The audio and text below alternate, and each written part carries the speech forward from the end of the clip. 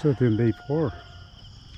Pang-apat na araw ay tapos yung 12. Ito na yung poste na bakal. So nakaharang lang itong mixing board na ito. Pero at yun, nagbigyan na sila ng sample na gano'n ang forma na pagbubuhusan. So lumalabas na ito yung foundation o yung pinaposte sa first floor. And then susunod na diyan ay buhos. Pag napagbuhos, hollow blocks, tapos flooring, tapos ng flooring yun, second floor na flooring naman na second floor.